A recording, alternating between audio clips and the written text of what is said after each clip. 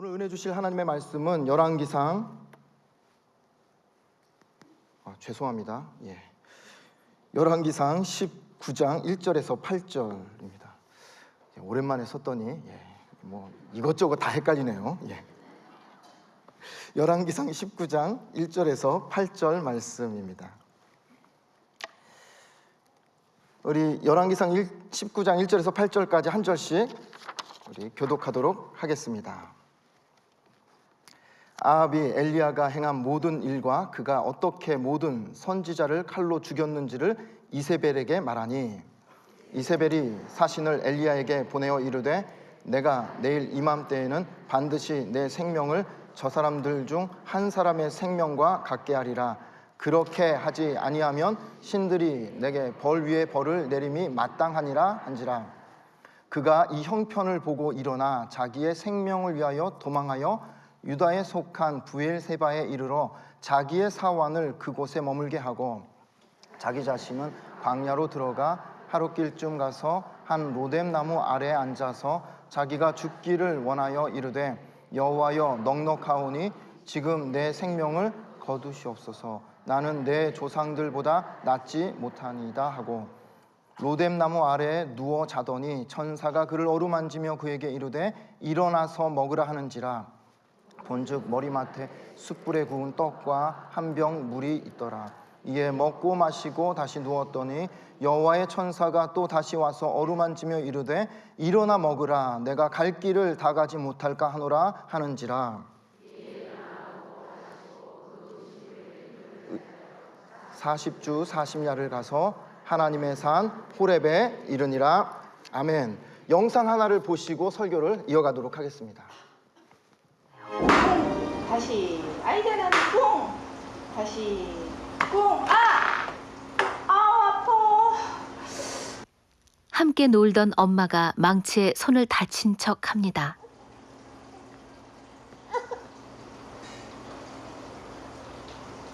엄마 아픈데. 아이는 엄마가 다친 게 마치 자기 잘못이기라도 한 것처럼 울먹이더니 급기야 울음을 터뜨리고 맙니다.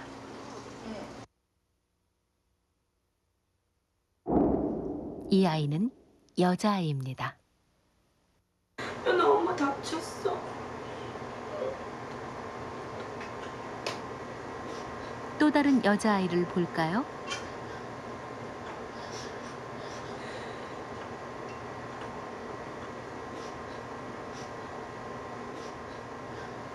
이 아이 역시 바로 반응이 나옵니다.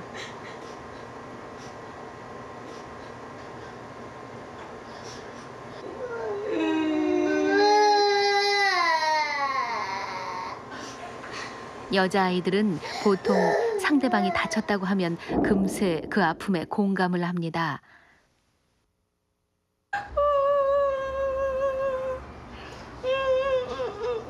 그럼 남자아이를 한번 볼까요?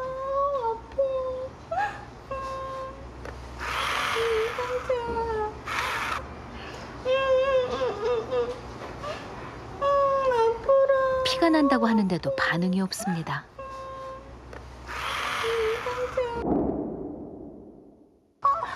너무 아프다.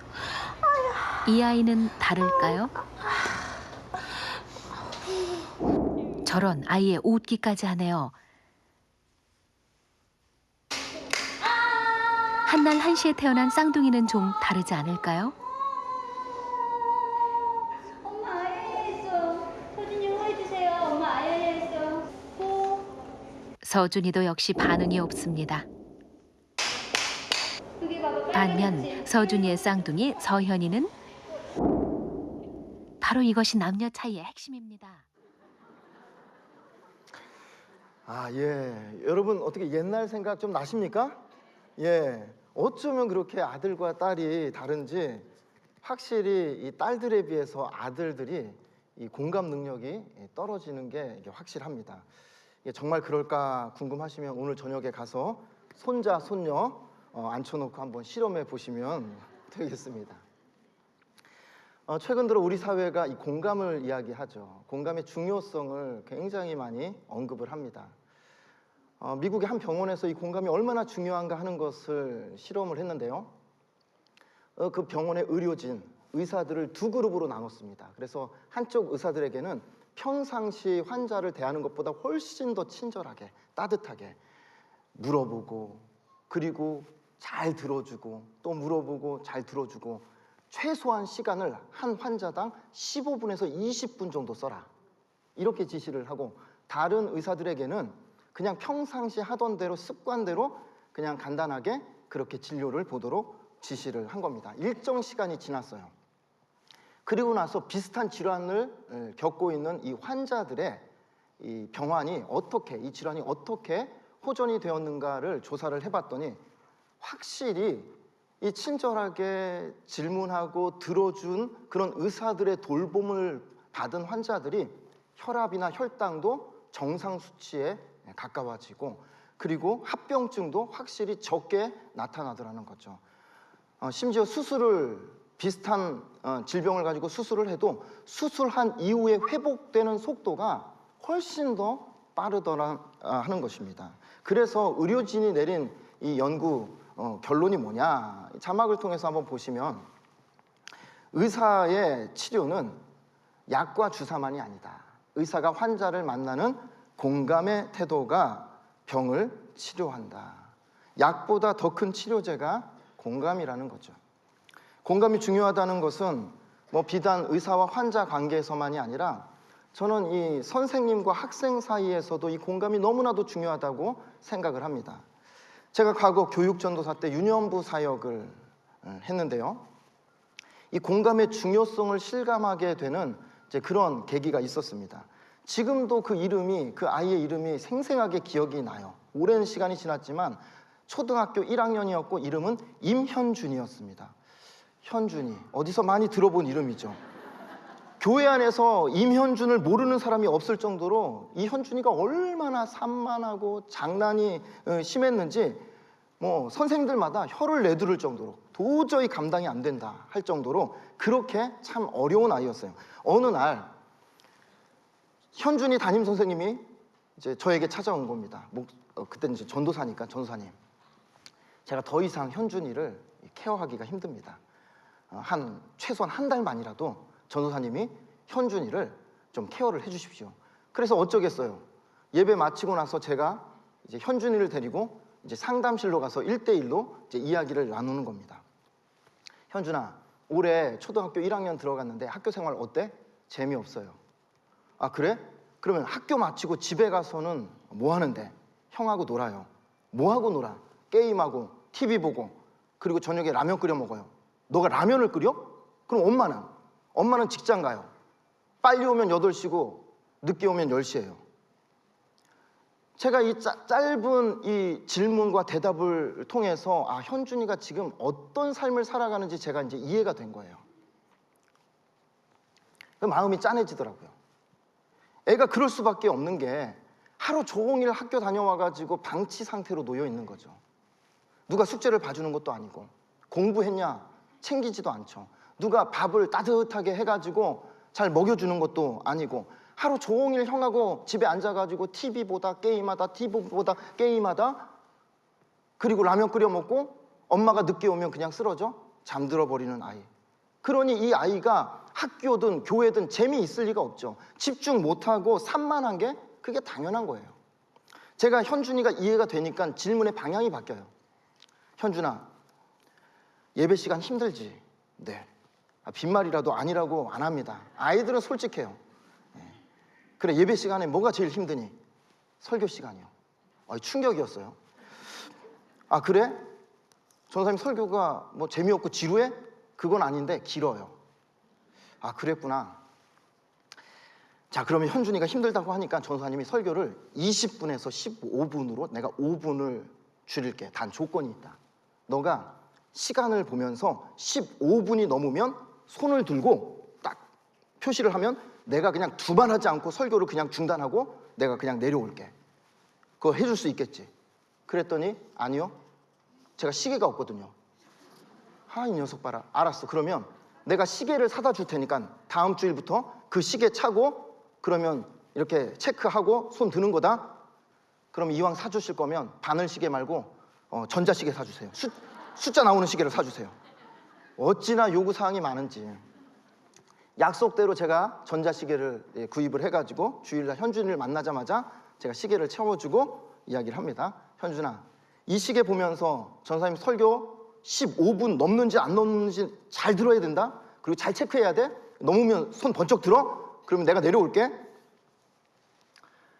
자, 그날 현준이가 설교를 집중해서 잘 들었겠습니까? 잘 안 들었겠습니까?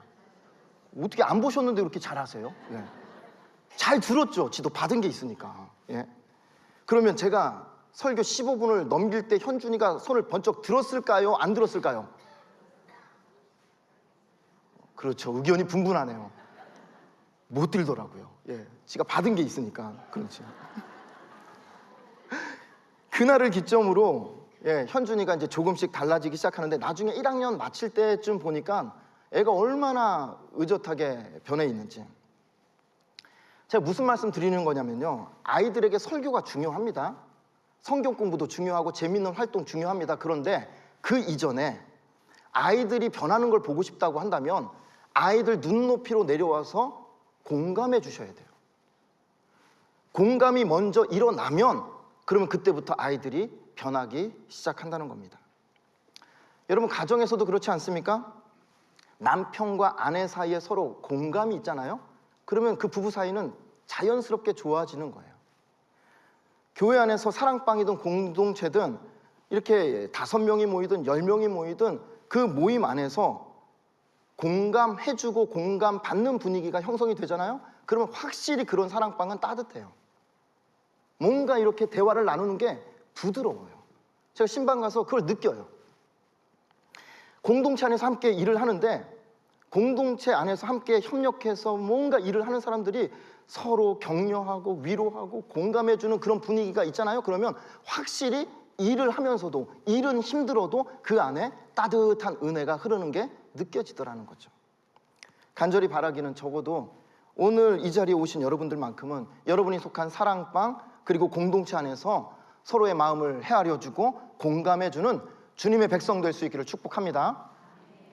오늘 말씀의 제목이 공감을 넘어 회복으로 라는 제목인데요, 저는 공감의 원조가 우리 하나님이라고 확신합니다. 왜냐하면 우리 가운데 아무리 훌륭한 상담가라도 사람의 마음을 속속들이 다 이해하고 공감해 줄 수는 없다는 거예요. 하나님만큼 사람을 이해하고 헤아리고 공감해 줄 수 있는 사람은 없다. 하나님은 우리를 어떻게 공감해 주시는가?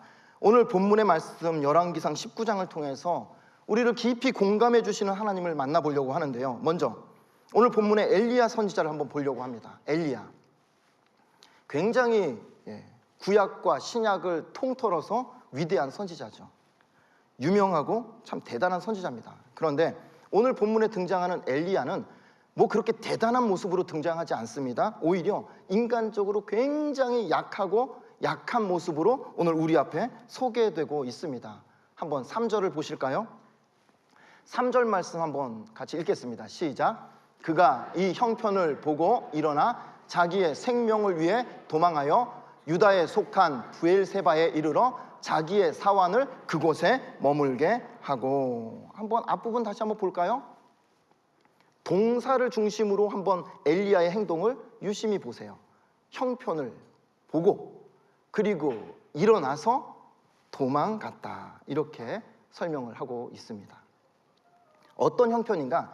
제가 자세히 설명드리지 않을게요. 바로 앞장 열왕기상 18장으로 가보면 850명의 바알과 아세라의 선지자들을 갈멜산에 모아놓고 한번 누가 진짜 신인지 누가 참 하나님인지 한번 대결을 해보자. 그리고 엘리야가 기도할 때 하늘에서 불이 내려서 그 제단을 다 태워버리고, 그래서 엘리야가 그 850명의 거짓 제사장들, 이방의 제사장들을 다 도륙하는 그런 사건이 나오게 됩니다.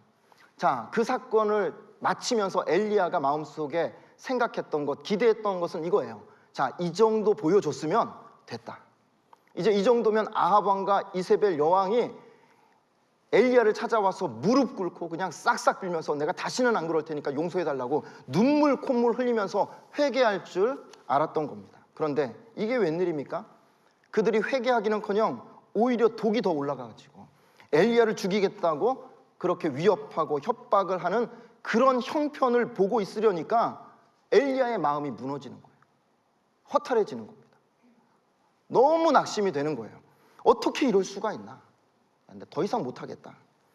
나도 이 정도면 할 만큼 충분히 했다. 그래서 실망하고 낙심이 돼서 일어나 도망을 가는 겁니다. 엘리야가 어디로 도망갑니까? 브엘세바로 가죠. 그리고 종은 거기에 남겨두고 하룻길을 걸어서 광야로 들어가고 거기서 한 로뎀나무 아래 주저앉습니다. 그리고 하나님 앞에 하소연하는 거예요. 지금 내 생명을 거두어 가십시오. 얼른 데려가십시오. 저 더 이상 살고 싶지 않습니다. 재밌는 것은 여러분 3절에서 보고 일어나 도망갔다. 그런데 그 말씀에 보면 자기의 생명을 위해서 도망갔다고 성경이 말씀하고 있어요. 생명을 위해서, 그러니까 자기 살려고, 죽지 않으려고 도망을 간 엘리야가 4절에 가서 로뎀나무 아래 앉아가지고 내 생명을 거두어 달라고 하는 걸 보십시오. 이게 무슨 뜻이겠습니까? 진심이 아닌 거예요. 지금 죽여달라는 말, 이 고백이, 데려가달라는 이 이야기가 진짜 본심이 아닌 겁니다. 그냥 하나님 앞에서 힘들다고, 어떻게 하나님 이러실 수가 있냐고 반항하고 지금 투정을 늘어놓는 엘리야의 모습입니다. 마치 예전에 이렇게 연로하신 할머니가 그러시더라고요. 이렇게, 아휴, 내가 너무 오래 살았다, 야. 응? 섭섭할 때마다 항상 그 말씀을 하세요. 내가 얼른 죽어야지. 정말로 그 할머니가 빨리 이렇게 가시고 싶어가지고 하는 말씀이 아니라는 거 여러분 아시죠? 예. 섭섭하다는 거예요. 마음에 안 든다는 거예요. 사실 지금까지 엘리야의 행보를 살펴보면 이렇게 상황 따라서 흔들리는 사람이 아닙니다. 목숨 유지하려고 뭐 뒤로 물러나는 그런 사람 아니거든요. 오히려 장애물을 만나면 그걸 놓고 결사적으로 기도하면서 죽으면 죽으리라 믿음으로 그냥 뚫고 나가던 사람이 그게 엘리야입니다. 기도하면 비가 그치고, 기도하면 비가 다시 오고, 죽은 아이를 눕혀놓고 하나님 앞에 기도하면 죽었던 아이가 다시 살아나는 그런 놀라운 능력을 경험한 대선지자, 그가 바로 엘리야입니다. 그런데 여러분 보세요. 아무리 그런 놀라운 능력을 행하던 엘리야라 할지라도 형편을 주목하는 순간만큼은 그 역시 별 수 없더라는 거예요. 여지없이 무너지고 낙심하고 도망가더라는 겁니다. 지금까지 잘 해왔어요. 어제까지만 해도 기도할 때 불이 임했던 그런 능력의 선지자인데 오늘 하루아침에 상황을 바라보면서 형편을 주목하고 나니까 그 형편 속에 자신이 그냥 메모리 돼버려요.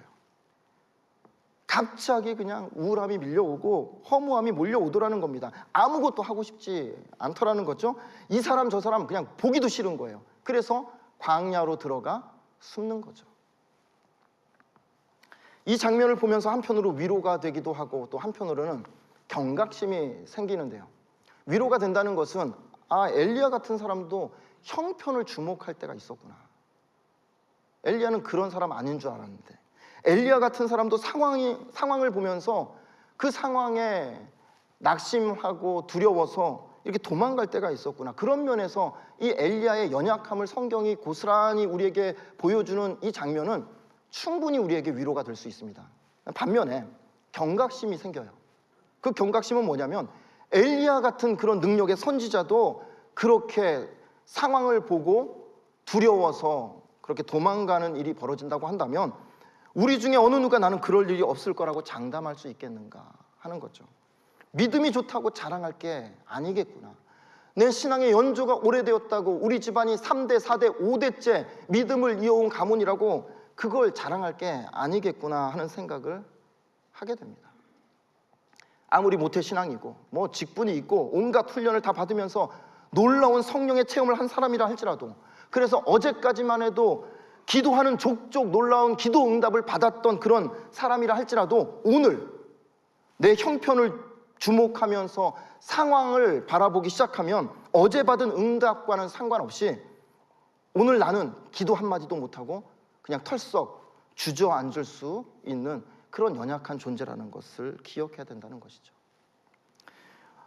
우리가 하루 종일 내 형편만 주목하기 시작하면요, 어제까지 한 영혼이 구원받는 놀라운 그 구원의 역사를 전도 현장에서 목격한 사람인데, 그런데 자고 일어나서 상황을 바라보고 형편을 주목하는 순간 어제 그런 구원의 역사가 일어났던 것은 그냥 까맣게 잊어버리고, 그 구원의 역사와는 관계없이 오늘 나 한 사람이 구원 받았는지 못 받았는지 그조차도 흔들릴 정도로, 의심이 될 정도로 그렇게 초라하게 낙심하는 신앙인으로 남을 수 있다는 겁니다.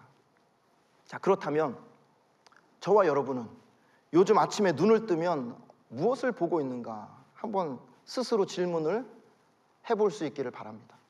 최근 들어 눈만 뜨면 내가 어려운 형편, 복잡한 상황을 주목하고 있는지, 아니면 내 어려운 형편과 복잡한 상황을 언젠가 결국에 선으로 바꿔주실 그 하나님을 주목하고 있는지, 그걸 한번 생각해 보자는 거예요.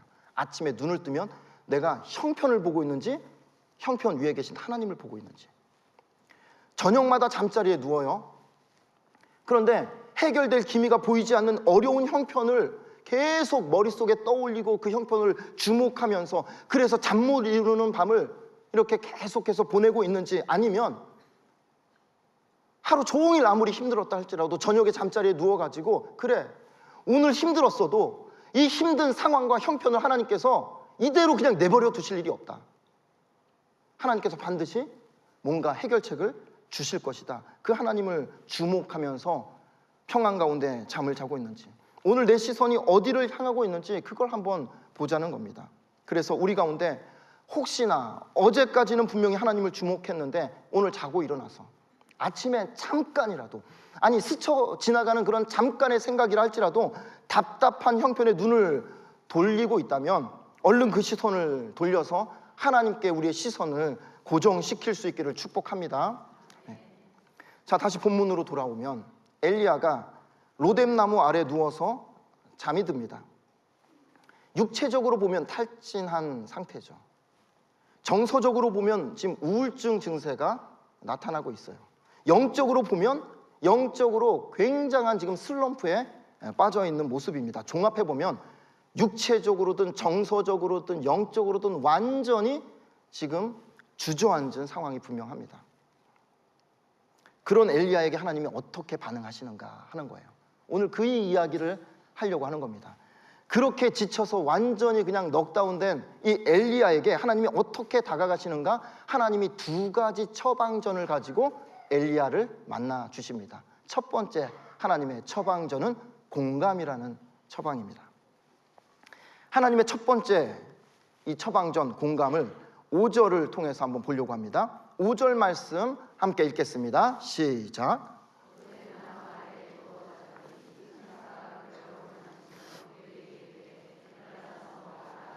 자, 보세요. 천사가 엘리야에게 다가옵니다. 그리고 어루만집니다. 하나님의 대리자로 하나님께서 천사를 엘리야에게 보내셔서 그를 어루만져 주신다는 거죠. 7절에 또 똑같이 반복이 됩니다. 여호와의 천사가 또다시 와서 어루만지며 이르되 일어나 먹으라, 내가 갈 길을 다 가지 못할까 하노라 하는지라. 천사를 또 보내서 어루만져 주시는 거예요. 여러분, 이 장면, 이 5절과 7절의 이 장면을 머릿속으로 한번 그려보세요. 얼마나 마음이 따뜻해지는 장면입니까? 비유하자면 마치 4살짜리 아들이 엄마하고 놀면서 말도 안 되는 고집을 부리고 생떼를 쓰고 울고 또 울고 울다가 실컷 혼나고, 그리고서 땀을 아주 그냥 삐질삐질 흘리다가 지금 잠이 들어있는 상태.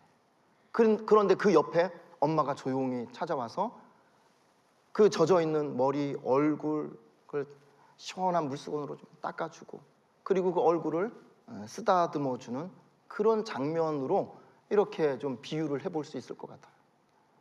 이 장면이 그런 거예요. 엘리야는 자기 뜻대로 안 됐다고 해서 낙심하고 지금 뿔이 나서 탈진 상태로 지금 잠이 들어있는 겁니다. 하나님은 그런 엘리야에게 다가오셔서 아무 말씀을 안 하시고 어루만져 주시는 거예요. 어루만져 주시는 거예요. 어루만져 주신다는 것 자체가 말없이 공감해 주신다, 그런 뜻이에요. 많이 힘들었구나.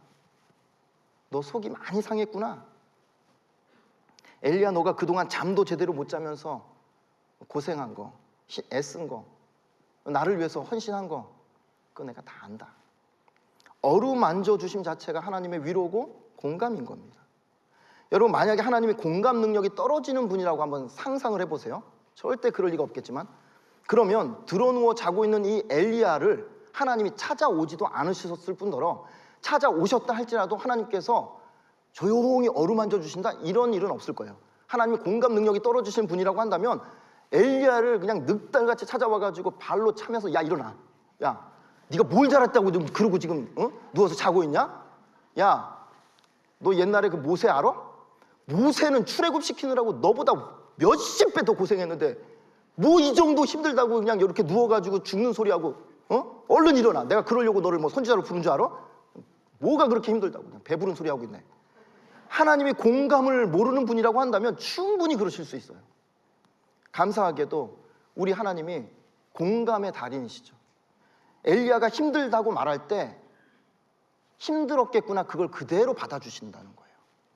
실망했다고 그렇게 하소연할 때 실망했구나, 그걸 그대로 들어주시는 거예요. 속상하다고 이야기할 때 그게 뭐가 속상할 일이야, 이렇게 책망하지 않으시고 그래 속상했구나 받아주시는 거예요. 마음이 아프다고 하면 그걸 아픈 상처로 공감해 주시는 하나님, 두렵다고 하면 그 두려움을 두려움으로 받아주시고 흘리는 눈물을 슬픔으로 공감해 주시는 분이 바로 우리 하나님이 되신다는 겁니다. 창세기부터 계시록까지 하나님은 곳곳에서 우리 인간에게 다가오셔서 우리를 공감해 주신 하나님으로 다가오십니다.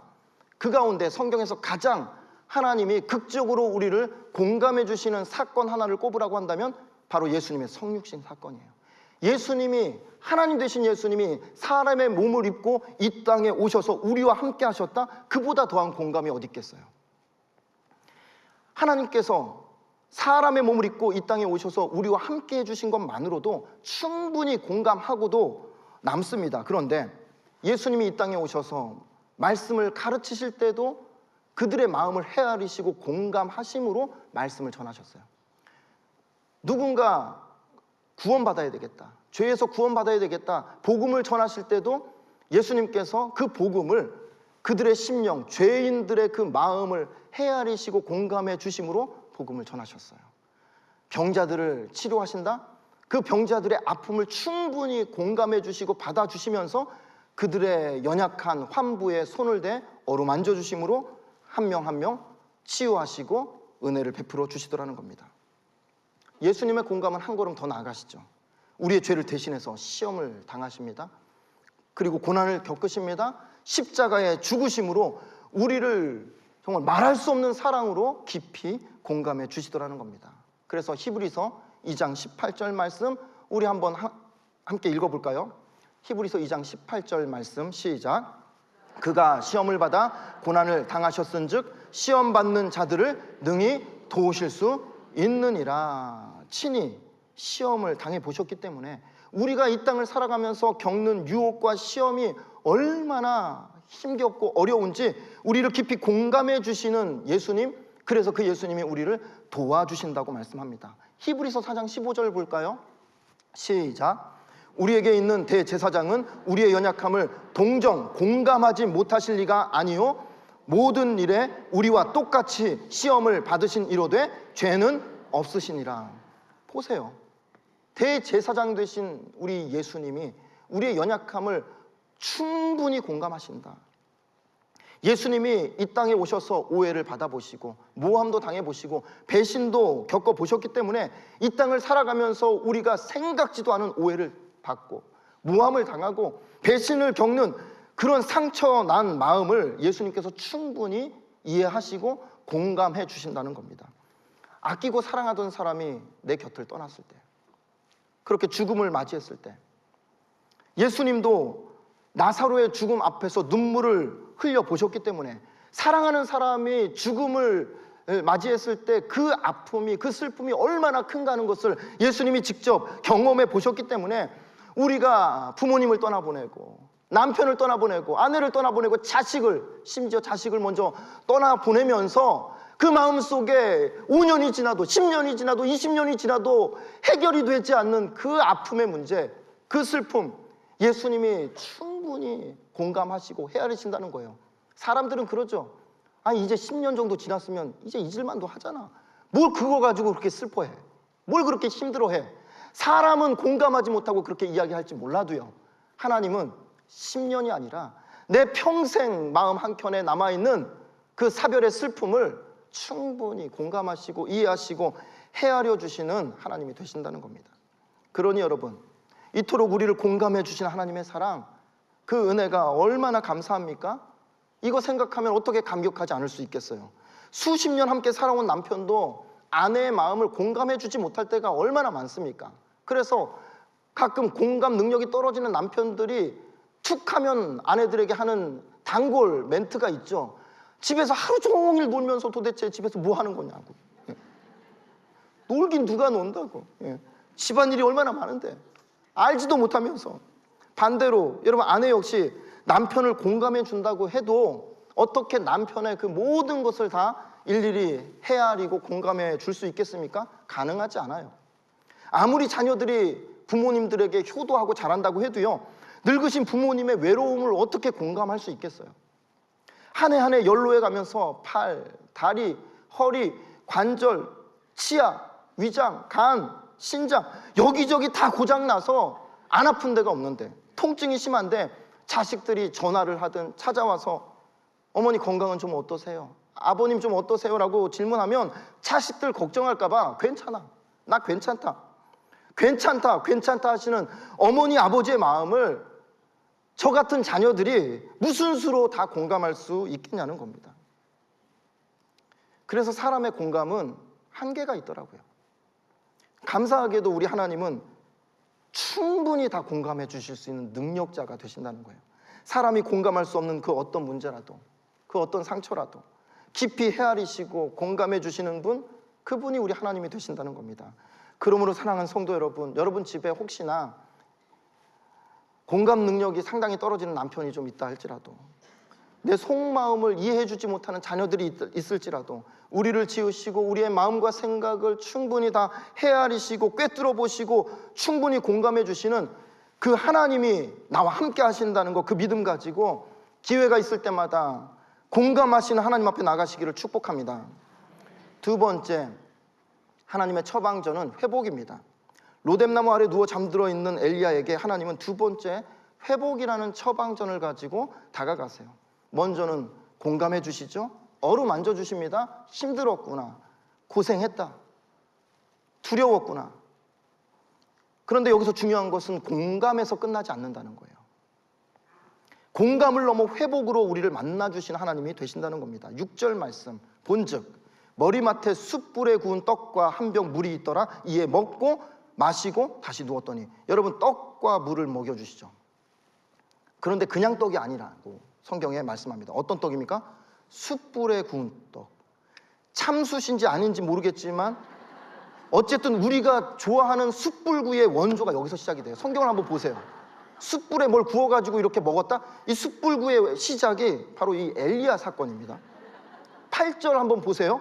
이에 일어나 먹고 마시고, 뭘 먹고 마셨겠어요? 숯불구이 떡과 물을 먹고 마시고 그 음식물의 힘을 의지하여 40주 40야를 가서 하나님의 산 호렙에 이르니라. 두 차례나 천사를 통해서 엘리야를 깨워가지고 지쳐있는 엘리야에게 떡을 먹이고 물을 마시게 하는 겁니다. 두 가지 측면에서 하나님이 엘리야를 회복시키는데, 하나는 육신의 회복이고요, 다른 하나는 사명의 회복입니다. 육신의 회복은 당연히 떡과 물이죠. 그런데 재밌는 것은요, 여러분 엘리야가 처음 등장하는 본문이 열왕기상 17장이거든요 17장부터 엘리야의 이렇게 행적을 보면요, 유독 먹는 것과 연관성이 많아요. 가장 먼저 하나님께서 가뭄을 선포하시면서 엘리야를 불러가지고 그리시네가로 보냅니다. 그리고서 거기서 까마귀를 통해 떡과 고기를 먹여주세요. 그리고 나서 그게 끝나고 나니까 이제 사르밧으로 가라고 합니다. 그리고 가난한 과부의 집에 가서 마지막 한 끼 먹을 그 가루, 그걸 가지고 떡을 만들어서 대접을 받으라고 또 그곳으로 보냅니다. 오늘 본문에서도 로뎀나무 아래 지쳐 잠들어 있는 엘리야를 깨워서 숯불에 구운 떡과 물을 먹고 마시게 하더라는 겁니다. 여러분 뭘 느끼십니까? 하나님이 신경 쓸 것도 많으신데 뭐 엘리야 한 사람 그렇게 먹는 걸 일일이 챙기느라고 이렇게 애를 쓰시는지, 그걸 또 성경에 뭐 그렇게 다 일일이 그냥 기록을 하셨는지. 여러분, 이게 단순히 하나님이 엘리야에게 떡과 물, 고기를 챙겨주신다는 이야기를 하자는 게 아닌 거예요. 그럼 뭐냐? 엘리야가 먹고 사는 문제, 엘리야가 죽고 사는 문제, 이 땅을 살아가면서 우리가 감내해야 할 이 모든 육신의 문제를 전적으로 하나님이 책임져 주신다는 것을 떡과 물, 고기라는 시청각 도구를 통해서 하나님이 확실하게 보여주시는 거예요. 그렇게 육신이 회복된 이후에 하나님께서 엘리야의 사명을 회복시켜 주시는데 8절 말씀 보십시오. 이에 일어나 먹고 마시고 그 음식물의 힘을 의지해서 뭘 했다고요? 40주 40야를 가서 하나님의 산 호렙에 이르렀다. 음식을 먹고 나니까 이제 좀 살 것 같다, 눈이 떠진다.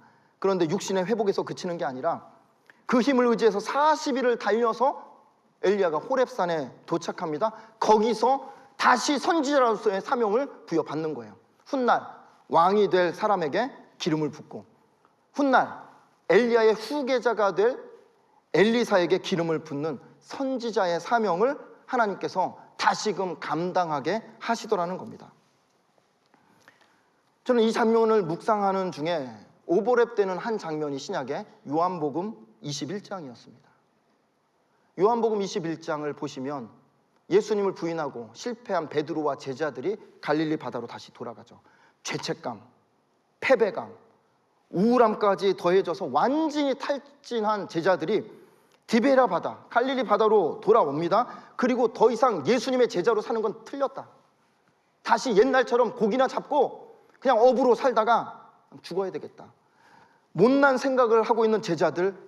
그런데 그날 거기서 놀라운 회복의 역사가 일어나죠. 요한복음 21장 9절 말씀을 한번 보실까요? 육지에 올라보니 숯불이 있는데 그 위에 생선이 놓였고 떡이 있더라. 어디서 많이 보던 장면이죠? 숯불이 있고 그 위에 생선과 떡이 있었다. 누가 준비한 겁니까? 13절 이어서 한번 볼까요? 예수께서 가셔서 떡을 가져다가 그들에게 주시고 생선도 그와 같이 하시니라. 부활하신 예수님이 친히 떡과 생선을 구워서 예수님이 이 제자들을 찾아오신 겁니다. 찾아오셔서 떡과 생선을 구워주시고 못나디 못난 제자들을 먹여주시는 겁니다. 그런데 이 장면에서 예수님이 아무 말씀이 없으세요. 대화가 없습니다. 계속 구워서 계속 먹이는 거예요. 그런데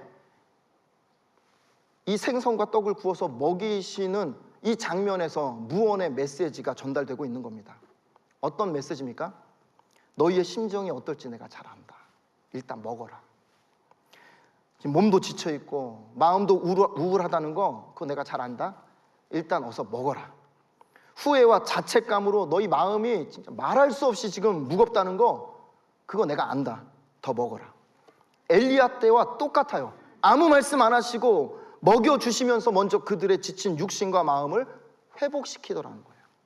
그리고 나서 15절 말씀 보십시오. 이 15절 말씀은 같이 읽어야 되겠습니다. 시작. 그들이 조반 먹은 후에 예수께서 시몬 베드로에게 이르시되 요한의 아들 시몬아 내가 이 사람들보다 나를 더 사랑하느냐 하시니 이르되 주님 그러하나이다.